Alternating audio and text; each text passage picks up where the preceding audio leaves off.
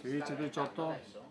Un'altra giornata bollente sulla Marca, un'altra giornata di super lavoro per il personale sanitario del SUAM 118, con decine di chiamate per malore collegate all'eccezionale ondata di calore che sta investendo la nostra regione. Più 15% di interventi negli ultimi 2 giorni rispetto alla media. Oggi si sono toccati e superati in alcune località della Marca i 37 gradi, record veneto a Galzignano Terme con una massima di 39,2 gradi. L'ondata di calore ha raggiunto il picco ed il perdurare di temperature bollenti e di elevate concentrazioni di ozono stanno creando problemi alla salute, soprattutto alle categorie maggiormente a rischio, come anziani, malati, bambini molto piccoli, ma non solo.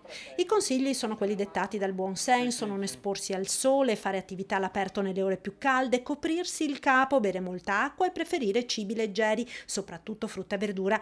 Il colpo di calore può avere conseguenze anche gravi, quindi è fondamentale nel caso chiamare il 118.